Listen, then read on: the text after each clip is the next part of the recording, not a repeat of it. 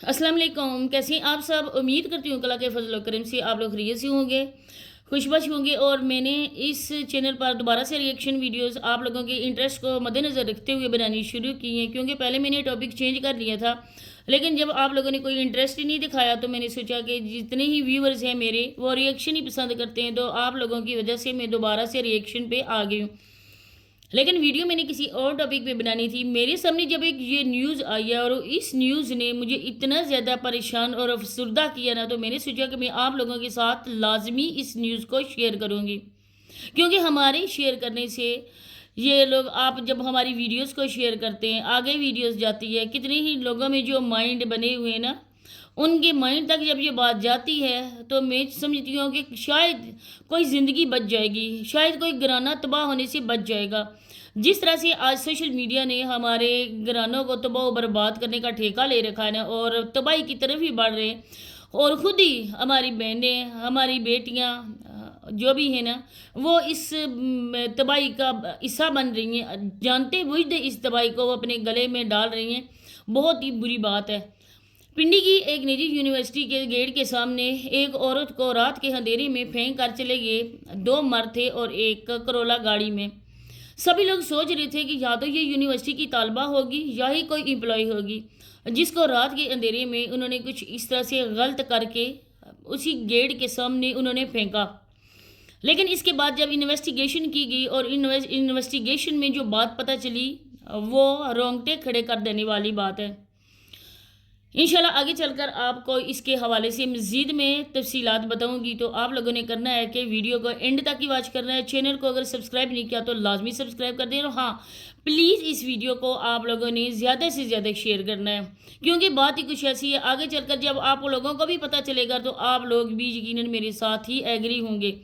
بات یہاں پر یہ تھی کہ لوگ سمجھ رہے تھے کہ یونیورسٹیز کی طالبہ تھی، کیونکہ یونیورسٹیز میں بھی ایسی باتیں ہوتی ہیں۔ ماں باپ تو بہت زیادہ اعتماد کر کے اپنی بیٹیوں کو کسی تعلیمی ادارے میں بھیجتے ہیں کہ ہماری بیٹی کا فیوچر بن جائے، لیکن بیٹیاں کچھ ایسی بھی ہوتی ہیں جو لوگوں کے ورغلانے پر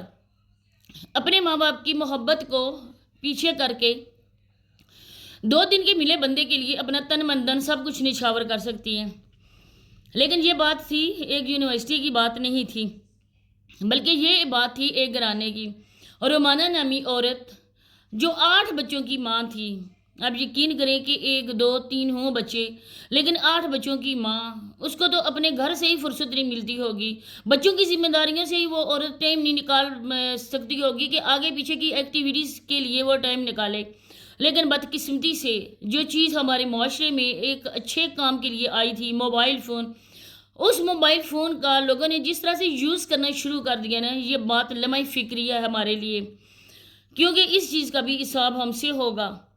اب دیکھیں عورتیں اپنی گرہستی میں اپنے بچوں میں اس قدر بزی ہوتی ہیں نا کہ موبائل کو اٹھانے کا بھی ٹائم نہیں ملتا، لیکن کچھ ایسی بدبخت عورتیں بھی ہوتی ہیں، بدقسمت عورتیں بھی ہوتی ہیں جو اپنے آپ کو خود ہی تباہی کے گڑھے میں دھکیل رہی ہوتی ہیں۔ اسی طرح سے رومانہ نامی عورت نے بھی کیا۔ اس کا بیچاری کا شوہر، بیچاری تو نہیں تھی لیکن اس کا بیچارہ شوہر تھا، وہ رکشہ ڈرائیور تھا، سارا دن مارا مارا پھرتا تھا، کوئی سواری مل جائے گی اور شام کو میں اپنے بچوں کو عزت کی روٹی تو کھلاؤں گا۔ بچوں کے لیے روزی روٹی کا انتظام کرنے کے لیے وہ بیچارہ صبح کا گیا شام کو، بلکہ رات کو وہ گھر آتا تھا۔ لیکن یہ عورت 8 بچوں کی ماں ہونے کے باوجود بھی اس عورت کے چلتر تھے، جو لچھن تھے وہ خراب تھے۔ ٹک ٹاک پہ سارا دن وہ بزی ہوتی تھی، خود تو ٹک ٹاک بناتی نہیں تھی لیکن دوسروں کی بہت ہی شوق سے دیکھتی تھی۔ بڑے بڑے جو ٹک ٹاکر تھے اس کے فالو اس نے کیا ہوا تھا۔ اسی طرح سے کرتے کراتے ایک عدنان نامی بندہ جو دبئی کا تھا شاید، اس کو بھی اس نے فالو کیا تھا، اور وہ بندہ ویڈیوز بھی بناتا تھا ٹک ٹاک پہ۔ اسی طرح سے کرتے کراتے ان دونوں کا آپس میں ٹک ٹاک کے ان باکس میں آپس میں رابطہ ہوا، اور بات جا کے واٹس ایپ پر آ گئی۔ اس طرح سے جی ان لوگوں کی بات چیت جب سٹارٹ ہوئی، وہ بھی بچوں والا تھا، اس کی بھی بیوی تھی، خاندانی اس کی بیوی تھی۔ یہ مرد وہ ہوتے ہیں چاہے وہ باہر منہ مارتے رہیں، لیکن ان کی نظر میں جو عزت دار ہوتی ہے وہ ان کی خاندانی بیوی ہوتی ہے۔ جو اس طرح کی عورتیں مردوں کے گلے میں پڑ جاتی ہیں تو مرد بھی بہت اچھی طریقے سے جانتے ہیں کہ یہ عورت ہماری وفادار نہیں ہوتی ہے۔ اس طرح سے ان لوگوں کی بھی بات چیت شروع ہوئی، اور اس نے بھی بتایا، پہلے تو اس نے نہیں بتایا کہ میں 8 بچوں کی ماں ہوں، میں شادی شدہ عورت ہوں، میرا شوہر جو غریب بیچارہ ہے، لیکن جب مزید آپس میں وہ کلوز ہوئے تو اس عورت نے بتا دیا کہ میں 8 بچوں کی ماں ہوں، اور اس بندے نے بھی کہا کہ میں بھی شادی شدہ ہوں اور میرے بھی بچے ہیں۔ اس طرح سے ان لوگوں نے، اس عورت نے کہا کہ میں تمہیں بہت ہی پسند کرنے لگی ہوں، اور اس بندے نے بھی کہا مرد تو ہوتے ہیں موقع کی تلاش میں، اس نے کہا کہ میں پاکستان آؤں گا اور میں تم سے ملوں گا۔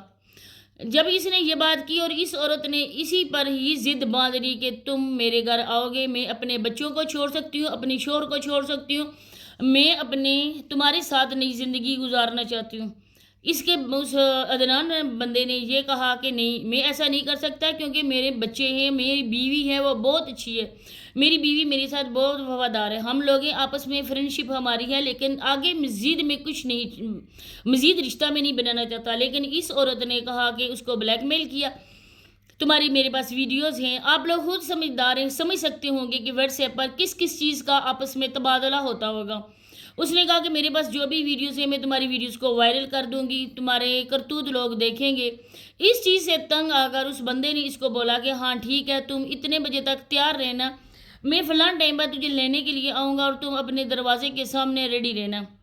اس عورت نے بنا طلاق لیے اپنے شوہر سے اس بندے کا انتظار کیا، اپنے بچے اپنی بڑی بیٹی کو سونپے، گھر سے کوئی سامان وغیرہ باندھ کر یہ الرٹ کھڑی ہو گئی کہ ابھی وہ آئے گا اور میں اس کے ساتھ جاؤں گی۔ اتنے میں ایک کرولا گاڑی اس کے گیٹ کے سامنے آئی اور وہ اس میں بیٹھ گئی۔ آگے کچھ مزید سفر ہوا، جب پنڈی کی حدود میں گاڑی داخل ہوئی تو اس عورت نے دیکھا کہ گاڑی کا دروازہ اوپن ہوا ہے اور وہاں پہ ایک اور بندہ گاڑی میں داخل ہوا ہے۔ اس نے پوچھا کہ یہ کون ہے، اس عدنان نامی بندے سے پوچھا یہ کون ہے، اس نے نہیں بتایا، لیکن اس بندے نے فوراً سے خنجر اس کے گلے میں رکھ لیا۔ اس نے بہت زیادہ شور ڈالا کہ تم مجھے بتاؤ کہ یہ بندہ کون ہے اور میرے ساتھ کیا کرنے والے ہو۔ آگے چل کر انہوں نے کہا کہ بتائیں گے تم کو کہ ہم تمہارے ساتھ کیا کرنے والے ہیں۔ اتنے میں گاڑی ایک ویرانی جگہ پہ رکی، ایک جنگل میں رکی، اور وہیں پر اس عورت کا کام انہوں نے تمام کر دیا۔ جب وہ گاڑی میں اس کا سارا کچھ ہو گیا، ختم ہو گیا، دنیا سے کٹ گئی، زندگی کی بازی ہار گئی، انہوں نے سوچا کہ ہم لوگ رات کے اندھیرے میں نکلتے ہیں، اور اس طرح سے بچتے بچاتے وہ CCTV کیمروں سے آخر ایک یونیورسٹی کے گیٹ کے سامنے آئے اور وہاں پر اس کو پھینک کر چلے گئے۔ آخر گھر والوں کو پتہ چلا کہ وہ عورت کدھر گئی ہے۔ انہوں نے کہا کہ مجھے نہیں پتا، اس کے شوہر نے بھی کہا کہ مجھے تو پتہ ہی نہیں کہ وہ کہاں جاتی ہے کہاں نہیں جاتی ہے، اس نے مجھے کسی قابل سمجھا نہیں۔ جب اس کی سم سے اس کے نمبر نکلوائے گئے، کال سے، تب پتہ چلا کہ یہ عورت اس بندے کے ساتھ رابطے میں تھی۔ جب اس بندے کا نمبر پولیس اسٹیشن میں دیا گیا، جب پولیس اسٹیشن میں وہ نمبر گیا، انہوں نے اس چیز کی چھان بین کی، انویسٹیگیشن کی۔ انویسٹیگیشن میں اس بندے کا سارا ایڈریس وغیرہ آ گیا اور اس کو پولیس اسٹیشن میں جب بلایا گیا، پولیس اسٹیشن میں جب وہ بندہ آیا تو انہوں نے اپنے ہی طریقے سے اس کو بولا کہ تم اس کے بارے میں بتاؤ۔ پہلے تو اس بندے نے بالکل انکار کر دیا کہ میں تو اس عورت کو جانتا بھی نہیں ہوں، کسی اور سے نمبر آپ لوگوں نے نکلوا کر میرے سے اتنا زیادہ کیا۔ لیکن جب انہوں نے کہا کہ اس کی کال سے نکالا ہے، تب تو وہ کچھ نہیں کر سکتا تھا۔ تب انہوں نے اس کو پھینڈی وغیرہ لگائی اور اس سے پوچھا، اس نے کہا کہ یہ عورت میرے پیچھے پڑ گئی تھی، یہ مجھے بلیک میل کرنا چاہتی تھی، اور اس طرح سے یہ سارا کام ہوا۔ تو میری سب سے ریکویسٹ ہے کہ پلیز اس چیز سے بچیں۔